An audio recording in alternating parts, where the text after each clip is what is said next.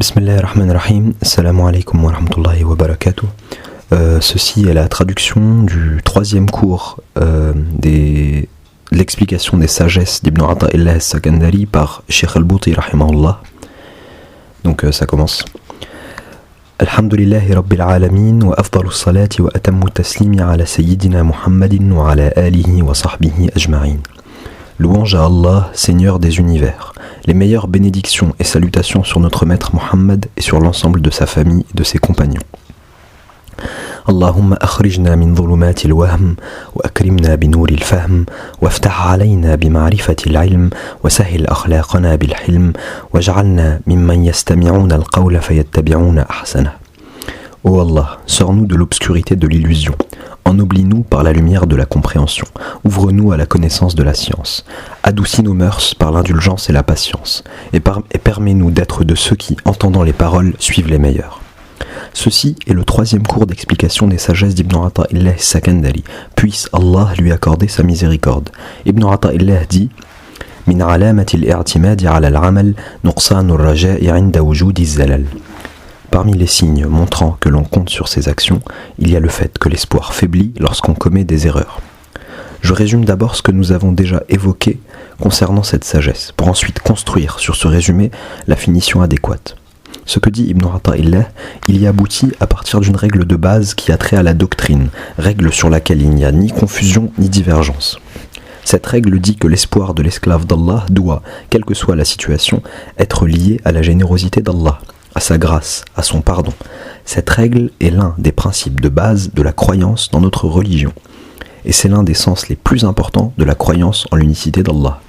Il faut que l'homme compte et se base sur le pardon d'Allah, et ce dans tous les cas, que cet homme ait fait preuve de manquement ou pas. Sur le pardon d'Allah, sur sa générosité, sur sa grâce. Et en aucun cas, l'homme ne doit compter sur ou se baser sur ses œuvres. Ceci est le point de départ de cette sagesse. Et nous avons clarifié ce fondement au cours précédent. Nous avons dit, et je le répète afin que nous n'oublions pas, quand Allah, pureté et toute puissance à lui, promet dans son livre aux bienfaisants, c'est son pardon, c'est sa miséricorde qu'il promet. Et cela veut dire que l'homme dont Allah a décidé qu'il ne lui pardonnerait pas ses péchés, eh bien cet homme-là, ses œuvres ne feront pas d'intercession en sa faveur. Et le sens de ceci aussi, c'est que si Allah, pureté et toute puissance à lui, ne fait pas don de sa miséricorde à l'un de ses esclaves, les actions, les œuvres de ce dernier ne pourront en aucun cas remplacer cette miséricorde. Lisez le livre d'Allah le Tout-Puissant et vous trouverez qu'Allah, quand il promet aux bienfaisants, clarifie toujours cette promesse qui est celle du don à travers son pardon. D'où la parole d'Allah, pureté et toute puissance à lui. ورحمتي وسعت كل شيء فسأكتبها للذين يتقون ويؤتون الزكاة والذين هم بآياتنا يؤمنون. Et ma miséricorde embrasse toute chose. Je la prescrirai donc pour ceux qui pratiquent la piété et acquittent l'impôt, la zakat, pour ceux qui sont croyants en nos signes. Il prescrit la miséricorde pour les pieux, ceux qui le craignent. Est-ce que le pieux entre au paradis par ses œuvres ? Non, par la miséricorde d'Allah. Et ceci est la formulation, le texte du Coran. Et Allah clarifie constamment cette réalité.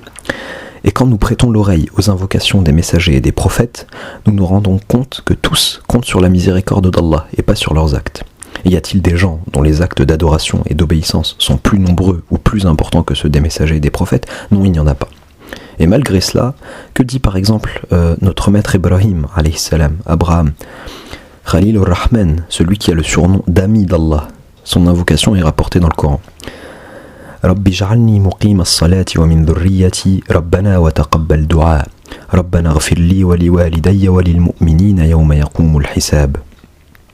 Ô mon Seigneur, permets-moi, ainsi qu'à une partie de ma descendance, d'établir l'office, la prière, et exauce ma prière, ô notre Seigneur.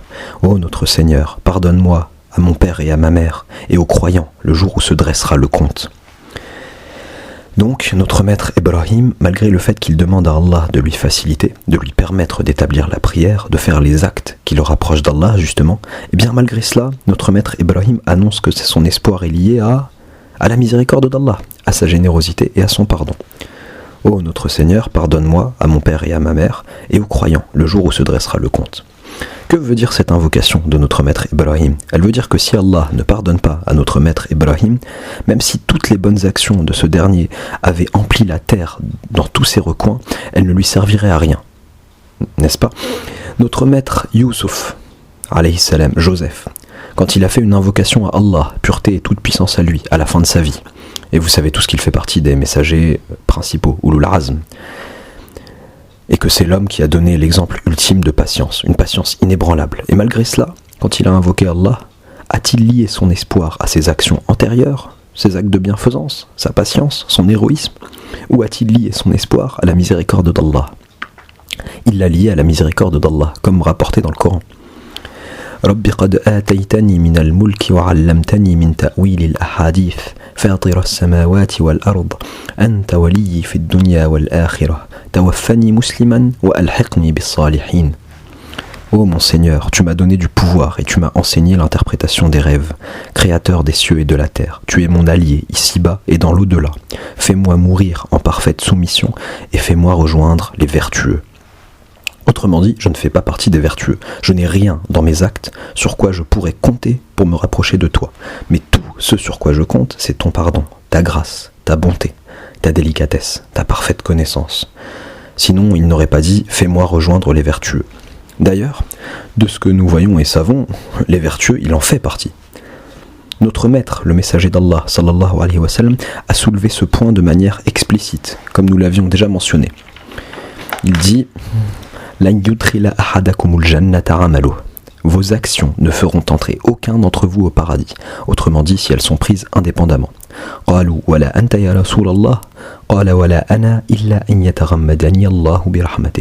Ils dirent, pas même toi, ô envoyé d'Allah? Il dit, pas même moi, sauf si Allah me couvre de sa miséricorde. Nous savons donc maintenant que parmi les principes de la doctrine islamique, il y a le fait que si l'homme espère le don d'Allah, ses jardins au jour de la résurrection et le bonheur, il doit se baser dans cet espoir sur le pardon d'Allah, sur sa grâce, sur sa miséricorde envers lui. Y a-t-il une quelconque confusion sur ce point? Non, ni confusion ni désaccord. Nous sommes donc partis de ce point. Peut-être y en a-t-il parmi nous qui ont besoin de goûter un peu plus à cette réalité. Nous avons certes déjà résumé ce que nous avons évoqué au cours précédent, mais nous allons en rajouter pour clarifier encore plus les choses. Ibn Ata'illah Sakandari dit, après ce point de départ, nous savons maintenant que l'homme, quand il demande à Allah, doit se baser non pas sur ses actions, mais sur la générosité d'Allah, sa parfaite connaissance. Ibn Ata'illah dit, parmi les signes qui montrent que tu comptes, ô humain, sur tes œuvres, contrairement à ce principe exposé, justement, parmi les signes de ce dysfonctionnement, il y a le fait que ton espoir en le pardon d'Allah diminue lorsque tu commets des erreurs.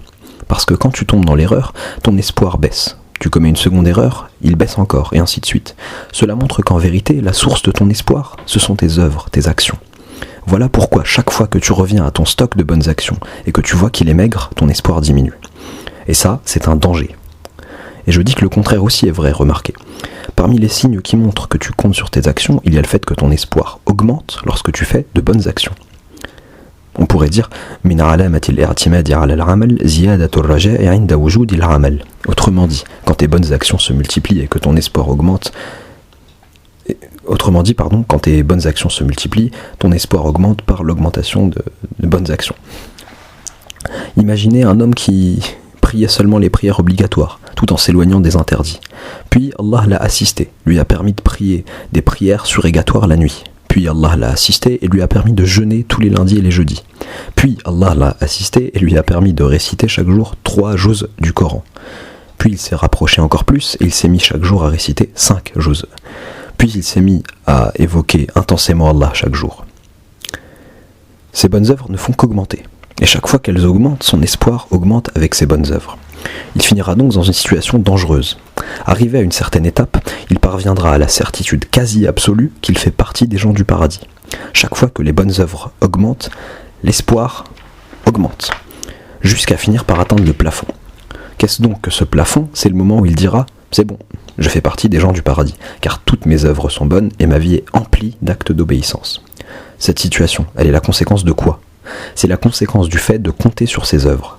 Bon, l'arrivée de l'homme à un tel résultat, est-ce que c'est quelque chose d'acceptable? C'est ça, le fait de jurer sur Allah, pureté et toute puissance à lui, de jurer qu'Allah fera telle ou telle chose, qu'il nous fera entrer au paradis par exemple. Quel que soit le haut degré de bonnes actions que l'humain peut atteindre, ces bonnes actions ne dépasseront pas celles des messagers et des prophètes. Tes actions ne seront pas meilleures que celles de notre maître Ibrahim ou que celles de notre maître Muhammad sallallahu alayhi wa sallam. Et le messager d'Allah se basait-il ou comptait-il sur ses actions? Notre maître Ibrahim comptait-il sur ses actions? Si c'était le cas, il n'aurait pas dit, comme rapporté dans le Coran, وَلَا تُخْزِنِي يَوْمَ يُبْعَثُونَ يَوْمَ لَا يَنْفَعُ مَالٌ وَلَا بَنُونَ إِلَّا مَنْ أَتَى اللَّهَ بِقَلْبٍ سَلِيمٍ. Et ne me disgracie pas, ne me fais pas ignominie au jour où l'on sera ressuscité, au jour où ni les biens ni les enfants ne profiteront, sauf à quiconque vient à Allah avec un cœur saint. Il a oublié ses œuvres, il a oublié tout ça, et il a senti qu'il venait à Allah nu, vide de toute action qui pourrait le rapprocher d'Allah. N'est-ce pas? Donc maintenant nous avons goûté, nous avons pris connaissance du fait que le croyant doit lier son espoir en Allah, à la grâce d'Allah, à son pardon, à sa miséricorde, pureté et toute puissance à lui. J'ai aussi dit, et je le répète, qu'aussi important fussent-elles, les œuvres de l'humain n'atteindront jamais, si elles sont prises de manière indépendante, la valeur du paradis d'Allah, pureté et toute puissance à lui, ce paradis qu'il t'a promis. Tes actions n'atteindront pas sa valeur et n'en sont pas le prix, contrairement à la situation où un homme achèterait une maison. Comparez les deux situations et vous verrez qu'elles sont sans commune mesure. Pourquoi? Parce que quand tu donnes au propriétaire le prix de sa maison, tu donnes ce prix en utilisant ton propre argent. Et le propriétaire n'a aucune faveur dans cet argent que tu lui donnes. Mais quand tu te rapproches d'Allah par le biais de ce qu'il t'a ordonné, ton rapprochement se fait par la grâce d'Allah, par un ennoblissement d'Allah, par une accommodation d'Allah, pureté et toute puissance à lui. Puisqu'il en est ainsi, tu ne peux pas faire de tes actes de rapprochement d'Allah une sorte de prix, comme cette somme d'argent que tu dépenses de tes propres deniers, que tu donnes au propriétaire de la maison et à qui tu peux dire « Je t'ai donné la somme complète, sors de cette maison, qui est maintenant devenue ma maison ». Cette comparaison ne tient pas la route. Je répète aussi cette remarque concernant le propos très précis qu'a employé le messager d'Allah sallallahu alayhi wa sallam quand il a dit « Lan yudkhila ahadakumul jannata amalu » Vos actions ne feront entrer aucun d'entre vous au paradis. Autrement dit, vos actions prises de manière indépendante. Il n'a pas dit « Lan yadkhula ahadakumul jannata bi amali » Aucun d'entre vous n'entrera au paradis par ses actions. Non, il n'a pas dit ça. Car notre Seigneur lui-même a dit « Udkhulul jannata bima kuntum ta'malun » Entrez au paradis pour ce que vous œuvriez. Ce n'est pas la même chose. Si je dis demain, j'entrerai au paradis par mes actions, c'est une erreur. Tes actions sont beaucoup trop négligeables pour te faire entrer au paradis, car tout d'abord, ton action n'a pu se réaliser que par l'accommodation d'Allah. Mais quand tu dis « Allah me fera entrer au paradis par mes actions », là le propos devient exact. Cela veut dire qu'Allah, le Tout-Puissant, a décidé de faire de tes œuvres le prix apparent de ton entrée à son paradis. Laissez-moi vous donner un exemple. Quand tu vois un pauvre dans la rue qui vend des allumettes, des babioles, des choses futiles, il est pauvre mais il ne veut pas aller vers la mendicité et c'est pourquoi il vend ces petites choses sans valeur. Tu le vois et tu as pitié pour lui. Tu sors 100 livres. Petit aparté traducteur, livre monnaie syrienne, rappel. Tu sors 100 livres de ta poche, tu les mets dans sa main et tu prends une boîte d'allumettes. L'image extérieure, c'est quoi? C'est que tu as donné 100 livres en échange d'une boîte d'allumettes. Mon frère, il t'a donné une boîte d'allumettes, voilà, tu lui as donné 100 livres. D'où le fait qu'il ait mérité ces 100 livres. Voilà, l'image est ainsi. Mais la réalité est-elle ainsi? Regarde comment l'esclave d'Allah traite l'esclave d'Allah. Comment alors le Seigneur traite-t-il son esclave? Le traitement du Seigneur envers son esclave est de ce style-là. Il te dit, prie, obéis, etc. Et il te le permet, t'y assiste. Il te donne l'argent pour te dire ensuite, prête-moi une partie de cet argent. C'est lui qui te donne, puis il te dit, prête-moi une partie de cet argent, et si tu m'en prêtes, c'est-à-dire si tu le donnes à un pauvre par exemple, je te donnerai en échange de la livre 10 livres. En vérité, ceci ressemble à l'homme qui a donné au pauvre vendeur d'allumettes 100 livres ou 1000 livres, mais qui a donné à cet acte de charité l'image d'une vente et d'un achat. Voilà le sens des paroles d'Allah le Tout-Puissant. Entrez au paradis pour ce que vous œuvriez, ou par ce que vous œuvriez. Ce pour, ce par, il est plein de la générosité d'Allah. Ce lien de cause à effet, il est plein de sa miséricorde, de sa grâce, du fait qu'il peut ne pas tenir compte de tes erreurs. Donc si tu dis « j'entrerai au paradis par mes actions », ajoute « par une grâce d'Allah qui fait de mes actions la cause de mon entrée au paradis ». Ne dis pas « ce sont mes actions qui me font entrer au paradis ». Voilà, nous en avons fini avec ce point. La confusion qui peut découler de cela, c'est qu'on pourrait dire « alors pourquoi œuvrer ? Si nous devons lier nos espoirs à la miséricorde d'Allah, au pardon d'Allah, à sa grâce, alors le vertueux et le vicieux sont à pied d'égalité. Celui qui prie et celui qui ne prie pas sont à pied d'égalité. Le débauché est à pied d'égalité avec celui qui ne l'est pas, dans le sens où les espoirs de tout cela sont liés à la miséricorde d'Allah. Du coup, l'action, les œuvres sont devenues quelque chose de banal, dont la valeur est considérablement affaiblie. Peut-être alors que quelqu'un dirait même « je n'ai pas besoin d'œuvrer ». Le point que nous avons cité précédemment aboutit-il nécessairement à ce résultat ? Non les frères, pas du tout. Quant à l'obligation, la nécessité d'œuvrer, c'est parce que nous sommes des esclaves, et c'est le tribut de l'esclavage, qui a à nous coup. Allah m'a ordonné de pratiquer mon esclavage vis-à-vis de lui par ma conduite, et il est du droit de la seigneurie d'Allah sur moi que je m'acquitte du tribut de mon esclavage envers lui, n'est-ce pas ? Tu n'es pas le père légal d'Allah pour qu'il y ait un contrat entre toi et lui, un contrat dans lequel vous demanderiez réciproquement des choses l'un à l'autre. Non, tu es un esclave. Tu n'es pas un signataire, une partie d'un accord. Il n'y a pas de partie qui traiterait avec Allah d'égal à égal. Tu es un esclave qu'Allah, pureté et toute puissance à lui, possède. Y a-t-il un problème, une confusion en cela ? Et l'esclave doit avoir la conduite d'un esclave, n'est-ce pas ? L'œuvre de l'esclave envers son maître doit être intrinsèquement liée à la réalité de sa servitude, à son identité d'esclave.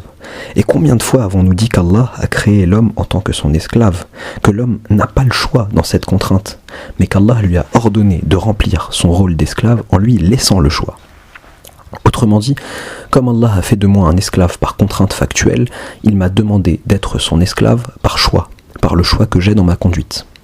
Ceci ne pose pas de problème ni de confusion en fait. Voyez tous ces humains d'est en ouest, du nord au sud. Voyez les croyants d'entre eux, les débauchés d'entre eux, les non-croyants. Vous verrez imprimer en chacun d'entre eux la marque de l'esclavage. Vous verrez sceller sur chacun d'entre eux le sceau de cet esclavage envers Allah. N'est-ce pas leur réalité qui révèle ainsi, qui énonce une telle situation ? Ils sont créés petits. Puis la décision d'Allah, pureté et toute puissance à lui, s'applique sur eux. Allah qui dit Allahu alladhi khalaqakum min dha'fin thumma ja'ala min ba'di dha'fin quwwatan thumma ja'ala min ba'di quwwatin dha'fan wa shaybah yakhluqu ma yasha. Allah, c'est lui qui vous a créé de faiblesse. Puis après la faiblesse, il assigne la force. Puis après la force, il assigne la faiblesse et la vieillesse. Il crée ce qu'il veut. Nous sommes tous réglés par cet ordre, cette organisation. Cela est une preuve criante de notre esclavage vis-à-vis d'Allah. La mort est une preuve criante de notre esclavage vis-à-vis d'Allah. Le fait que tu utilises des pouvoirs en toi, dont Allah t'a fait, sans que tu en sois l'acteur, ceci est une autre preuve criante de l'esclavage vis-à-vis d'Allah. La raison, les facultés intellectuelles te viennent. Et d'où te viennent-elles ?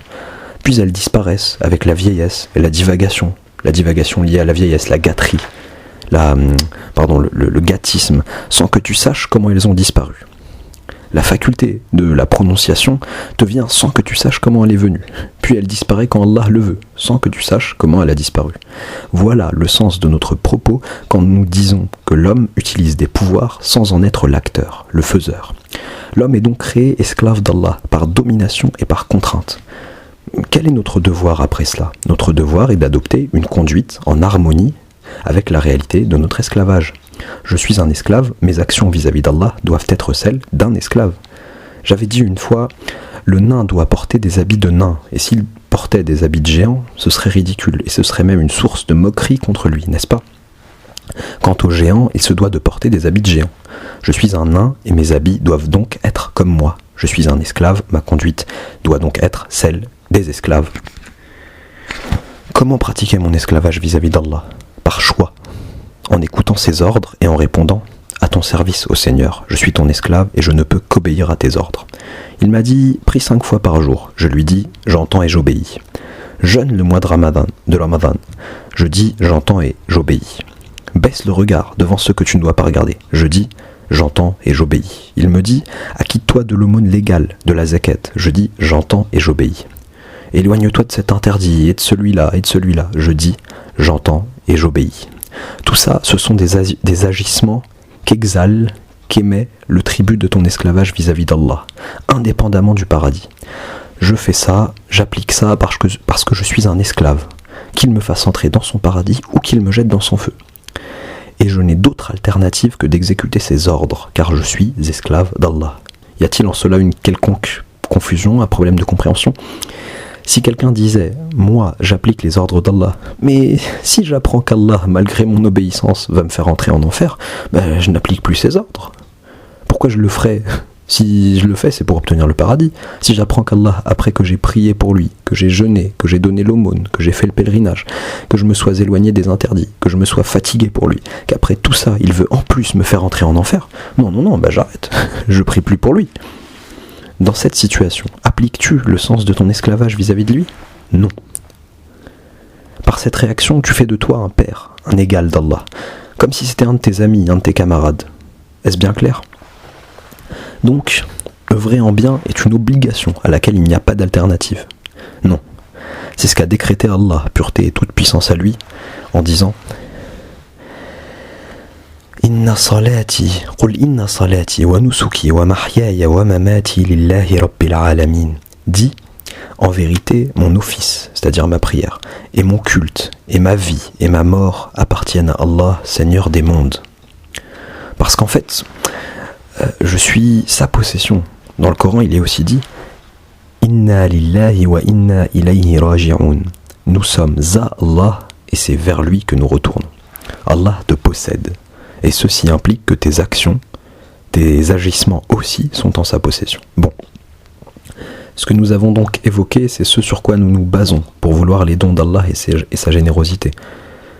C'est son pardon, sa miséricorde, sa grâce. Nous ne nous basons pas sur nos actions.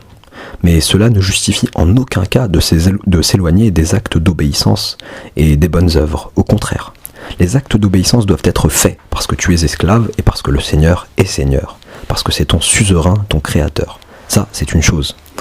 Deuxième chose, Allah, pureté et toute puissance à lui, t'a accordé ses bienfaits ici-bas avant même ton entrée au paradis. Avant cette récompense du paradis.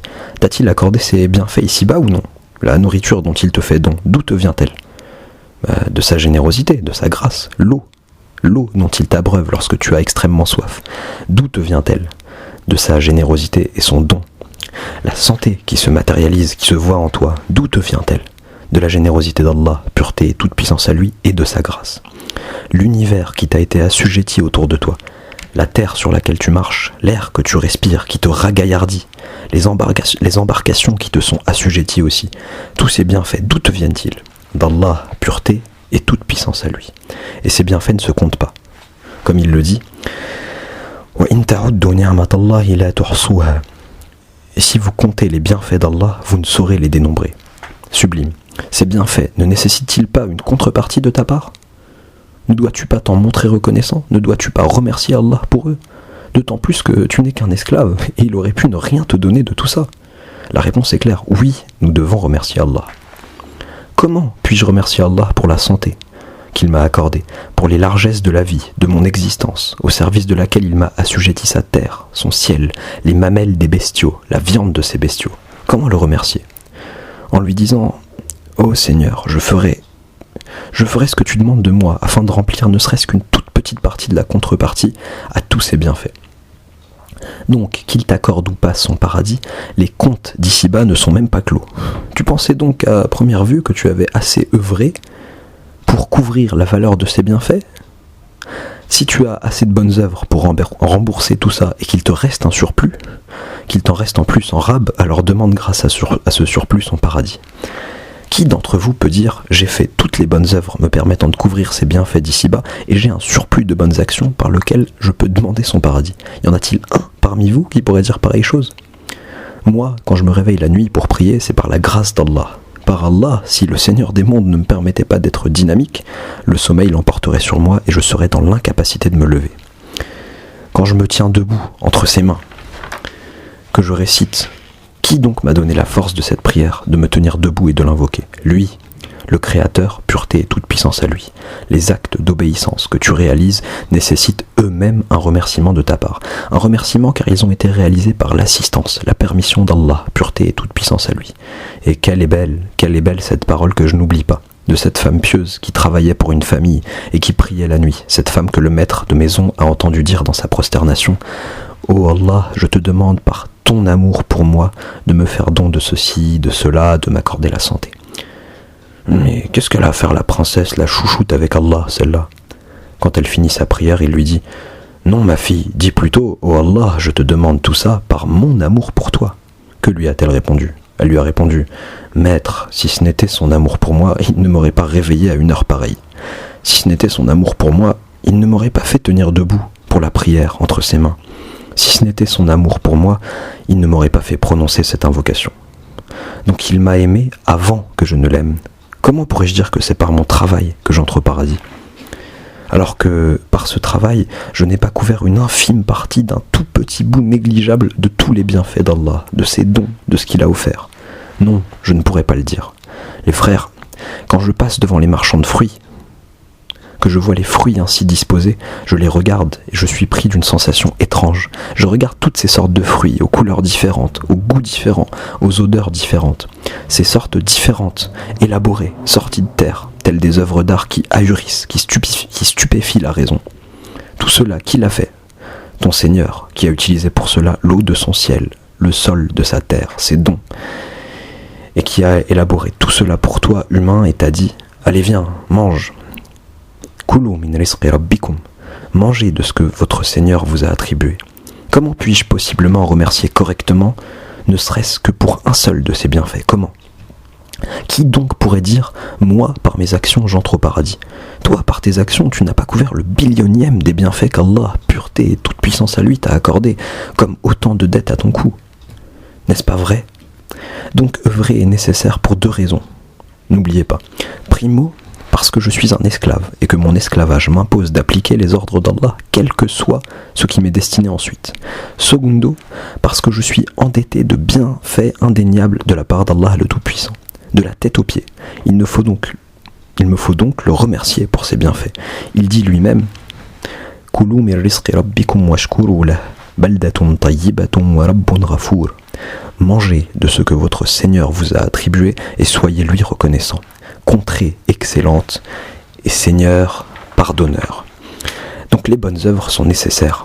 Le fait de dire « je me base seulement sur le pardon d'Allah » ne veut pas du tout dire « je délaisse l'action » car l'action a d'autres raisons et nous avons évoqué deux raisons. L'autre confusion qu'il peut y avoir, c'est que l'un d'entre vous puisse dire « si l'action vient d'Allah, si c'est lui qui me la permet et me la fait faire, et si c'est lui qui m'en a fait don et m'a donné l'énergie nécessaire à sa réalisation, qu'en est-il de cet humain ingrat à qui Allah n'a pas permis les bonnes actions?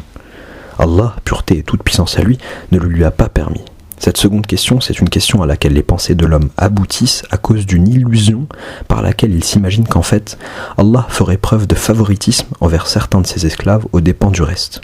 C'est-à-dire, le Seigneur des mondes, pureté à lui, m'a par exemple mis dans une bonne forme pour faire des prières surrogatoires la nuit, mais il n'a pas donné cette bonne forme à un tel. Bon, pourquoi ne l'a-t-il pas fait? Le Seigneur des mondes, comme il dit, « Habbaba ilayna al-iman wa zayyanahu fi qulubina » Il nous a fait aimer la foi et l'a embellie dans nos cœurs. Pourquoi ne l'a-t-il pas fait aimer à d'autres gens? Pourquoi? Ce genre de confusion et de problème existe, et il nous mène vers un autre thème. Et je fais partie de ceux qui croient en l'importance d'étudier ce thème. Et c'est ça qui m'a poussé à écrire un livre que j'ai appelé « Al-Insan Musayyarun am Mukhayyar ». L'homme est-il dirigé arbitrairement dans ses actions ou en a-t-il le choix? Comme dit dans le Coran, فَمَنْ يُرِدِ اللَّهُ أَنْ يَهْدِيَهُ يَشْرَحْ صَدْرَهُ لِلْإِسْلَامِ وَمَنْ يُرِدْ أَنْ يُضِلَّهُ يَجْعَلْ صَدْرَهُ ضَيِّقًا حَرَجًا كَأَنَّمَا يَصَّعَّدُ فِي السَّمَاءِ. Et quiconque Allah veut guider, il lui ouvre la poitrine. Il lui ouvre la poitrine à la soumission. Et quiconque il veut égarer, il rend sa poitrine étroite et gênée, comme s'il s'efforçait de monter au ciel. C'est-à-dire qu'Allah a voulu ouvrir la poitrine de gens à sa connaissance et à la croyance en lui, et nous en faisons partie, à Allah la louange, c'est un bienfait énorme, et il n'a pas voulu ouvrir la poitrine d'autres gens à cela. C'est vrai. Mais posons-nous la question suivante. Quand Allah a voulu ouvrir la poitrine des uns à la croyance en lui et au bien, et qu'il a voulu rendre étroite la poitrine des autres, était-ce sans cause aucune ou y avait-il une raison à cela? Quiconque s'expose à la miséricorde d'Allah l'atteint. Et quiconque s'expose à la colère d'Allah l'atteint. Ceci est une réalité. Donc l'homme à qui Allah n'ouvre pas la poitrine à la soumission, à l'islam, qui est-il? C'est celui qui s'est empli d'orgueil devant Allah. L'appel d'Allah le poursuit. il trouve les portes ouvertes devant lui, et les conditions de la guidance brillent devant ses yeux et devant sa raison. Mais il détourne la tête, il emplit son cœur d'orgueil devant la vérité, jour après jour après jour. Quand il s'enorgueillit, qu'il va de l'avant en continuant sur cette voie de l'orgueil, Allah le Tout-Puissant ferme les fenêtres de son cœur et rend sa poitrine étroite. Sa poitrine ne s'ouvre donc pas à la guidance. L'image extérieure qu'on peut voir du coup, c'est qu'il y a des gens qu'Allah aime, et donc il leur a ouvert la poitrine, et d'autres qu'il n'aime pas, et donc il ne leur a pas ouvert la poitrine, comme ça. Non les frères, il y a une cause, sauf que cette cause, vous ne la voyez pas. Y a-t-il une preuve de cela ? Oui, le livre d'Allah, le Tout-Puissant, est la preuve. وَمَنْ أَعْرَضَ عَنْ ذِكْرِي فَإِنَّ لَهُ مَعِيشَةً ضَنْكًا. Et quiconque se détourne de mon rappel mènera certes une vie pleine de gêne. C'est-à-dire, on vient lui faire des rappels, comme dans cette assemblée. On vient lui dire, viens mon frère que je te conseille. Il répond, garde tes conseils pour toi. Ce que tu me racontes c'est de l'histoire ancienne. Maintenant, on est dans l'ère de la science. Que dit Allah le Tout-Puissant sur cela ? وَمَنْ أَظْلَمُ مِمَّنْ ذُكِّرَ بِآيَاتِ رَبِّهِ فَأَعْرَضَ عَنْهَا وَنَسِيَ مَا قَدَّمَتْ يَدَاهُ إِنَّا جَعَلْنَا عَلَى قُلُوبِهِمْ أَكِنَّةً أَنْ يَفْقَهُوهُ وَفِي آذَانِهِمْ وَقْرًا وَإِنْ تَدْعُهُمْ إِلَى الْهُدَى فَلَنْ يَهْتَدُوا إِذًا أَبَدًا. Quel pire injuste que celui à qui on a rappelé les versets de son Seigneur et qui s'en détourne et qui s'en détourna en oubliant ce que ses deux mains ont commis. Nous avons placé des voiles sur leur cœur, de telle sorte qu'ils ne le comprennent pas, et avons mis une lourdeur dans leurs oreilles. Même si tu les appelles vers la bonne voie, jamais ils ne pourront donc se guider. Et Allah l'a répété d'une deuxième façon en disant « سأصرف عن آيات الذين يتكبرون في الأرض بغير الحق وإن يروا كل آية لا يؤمنوا بها وإن يروا سبيل الرشد لا يتخذوه سبيلا وإن يروا سبيل الغي يتخذوه سبيلا » J'écarterai de mes signes ceux qui, sans raison, s'enflent d'orgueil sur terre. Même s'ils voyaient tous les miracles, ils n'y croiraient pas. Et s'ils voient le sentier de la bien-guidance, ils ne le prennent pas comme sentier. Mais s'ils voient le sentier de l'erreur, ils le prennent comme sentier. Ça, les frères, ce sont les règles d'Allah le Tout-Puissant. Ramène n'importe qui, à condition qu'il ne soit pas orgueilleux, qu'il ne s'enorgueillisse pas, qu'il laisse son âme dans sa nature, dans son caractère originel. Ramène-moi n'importe qui dirait « Je vais écouter pour connaître la vérité. Si je vois la vérité dans l'athéisme, dans la mécréance, je ne croirai pas. Je ne croirai pas. Et si je vois la vérité dans la foi, je croirai. » Lui, ce genre de personne-là, c'est bon pour lui. À ce genre de personne, le Dieu dit « Bienvenue, bienvenue à toi, je vais te guider, parce que tu t'es délivré de l'orgueil. » Alors que cette personne-là n'a même pas dit dès le début « A priori, je vais croire. » Elle a juste dit « Je vais suivre la raison. » Voilà comment Allah traite ses esclaves. Un second type de personne, et ce type-là vous en connaissez beaucoup, le monde en est rempli. Un second, quand je lui dis « Viens qu'on discute », dès le début, et avant même que la discussion n'ait commencé, il a préparé tous les moyens de tromperie, de duplicité, pour échapper aux réalités que tu lui indiques. Il s'enfle d'orgueil, son sectarisme, son tribalisme, sa fierté, son entêtement, son orgueil face à la vérité le conduisent à ça. Et à partir de ça, lorsque tu essayes de le guider, il ne se guide pas. C'est ça le secret. Le Créateur, pureté et toute puissance à lui, n'est injuste envers personne. Comme il le dit, « Inna Allah la yazlimu an-nasa shay'a, walakinna an-nasa anfusahum yazlimun » En vérité, Allah ne commet aucune injustice à l'égard des gens, mais ce sont les gens qui se font du tort à eux-mêmes. Oui. Donc voilà la réponse à cette deuxième question. Quiconque se détourne d'Allah, Allah se détourne de lui. Nasullaha fa'ansahum anfusahum. Ils ont oublié Allah et alors Allah a fait en sorte qu'ils s'oublient eux-mêmes. Cette notion d'oubli ne veut pas dire qu'Allah attend de lui qu'il fasse une sorte de saut de l'esprit au-delà de la raison pour se mettre à croire en Allah comme ça, tout d'un coup. Non, le Créateur n'a pas exigé cela de nous. Il a exigé la science, le savoir. Il nous a dit, moi je vous ai donné un cerveau, je vous ai donné la raison. Réfléchissez. Le premier pas doit venir de vous, et tous les pas qui le suivent viendront de moi. Juste, faites le premier pas. Et que te coûte ce premier pas ? Il te coûte de te tourner vers Allah. Pas par la conduite, juste par la raison, la réflexion. Et si toi, tu fais ce premier pas qui ne te coûte rien, le Créateur, pureté et toute puissance à lui, fait plusieurs pas vers toi, comme rapporté dans un hadith authentique. Oui. Quelle confusion reste-t-il donc dans ce sujet, les frères ? Il n'y en a plus. Nous devons œuvrer en bien. Nous devons obéir. car nous sommes des esclaves, et parce que nous devons nous montrer reconnaissants envers Allah, qu'il nous fasse entrer dans son paradis ou pas. Ça, c'est un point. Deuxièmement, nous lui demandons son paradis, et nous devons de le faire, comme le faisait notre maître, le messager d'Allah, sallallahu alayhi wa sallam. Revenez à ses invocations. Il demandait toujours à Allah le paradis, et lui demandait protection contre l'enfer. Mais quand nous demandons à Allah son paradis, nous le convoitons par le biais d'un seul prix.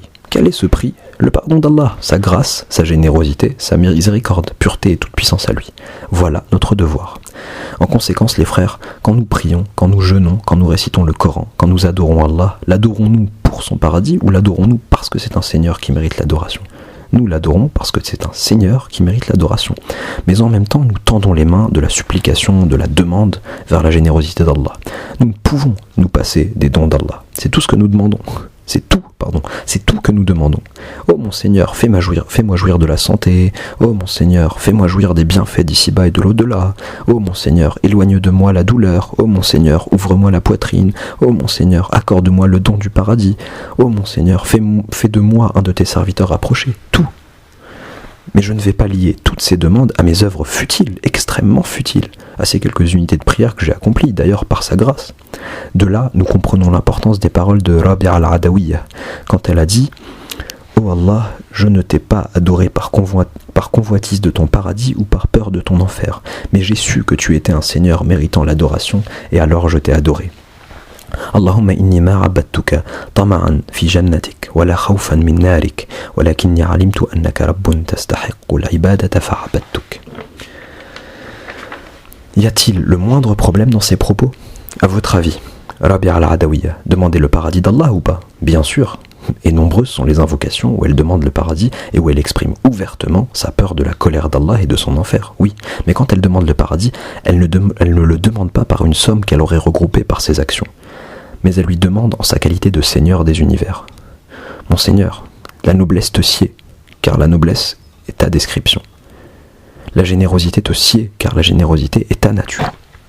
Le pardon te sied, car le pardon est ta méthode, et tu es bien celui qui a dit « Qul kullu ya'malu ala shakilatihi » dit « Chacun agit selon sa méthode ».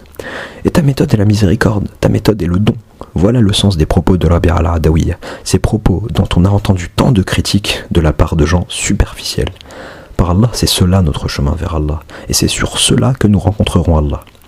Ô Allah, je ne t'ai pas adoré par convoitise de ton paradis, ni par peur de ton enfer, mais j'ai su que tu étais un Seigneur méritant l'adoration, et alors je t'ai adoré. Et cela alors que je suis celui qui a le plus besoin de ton paradis. Je suis celui qui a le plus besoin de demander ta protection contre ton enfer et ton courroux. Je suis faible, ne me châtie pas. Mais le prix de tout cela, qu'est-ce que tu crois avoir fait avec tes prières ? Qu'est-ce qu'elles peuvent bien valoir ? Si les propos de Rabi'a al-Adawiyya étaient faux, cela voudrait dire que le contraire serait vrai. Oh Allah, je ne t'ai pas adoré parce que tu es un Seigneur méritant l'adoration, mais je t'ai adoré par convoitise de ton paradis. L'un d'entre vous oserait-il dire une chose pareille ? Même le pécheur, le désobéissant, pourrait-il dire cela ? Jamais. On lui dit plutôt « Ô Seigneur, tu es notre Dieu et nous sommes des esclaves. Nous t'adorons dans la mesure de nos moyens et évitons la désobéissance dans la mesure de nos moyens. » Et comme le messager d'Allah, sallallahu alayhi wa sallam, l'a dit, vous ne saurez pas compter. Il a dit exactement « Istaqimu wa lan tuhsu » imposez-vous la droiture et vous ne compterez plus. Quelle que soit votre droiture, vous commettrez des erreurs, car l'homme a été créé faible. Donc moi, je retournerai vers Allah en laissant complètement mes œuvres de côté, même si elles étaient bonnes. Pourrais-je lui dire « Oh Seigneur, regarde combien de bonnes actions je t'ai faites. » Qui peut oser ? Quand je retournerai vers Allah, ce sera nu, dénudé de tout, sauf de mon esclavage. S'il me dit « Avec quoi viens-tu à moi ?» je répondrai « Je suis venu avec l'espoir de ta miséricorde, avec l'espoir de ton don. Mon seul capital, c'est de croire que je suis ton esclave et toi mon Seigneur. C'est tout ce avec quoi je viens. Et toute chose que je possède vient de toi, et moi je ne possède rien, car l'esclave et ceux qu'il possède sont à son maître. Je pense que cette sagesse est maintenant claire. Dans tous les cas, nous lions nos espoirs, non pas à nos actions, mais à la miséricorde d'Allah. Auquel cas, ces espoirs se raffirmeront vraiment. Mais cela ne diminue en rien la nécessité d'œuvrer. Walhamdulillahi Rabbil Alamin.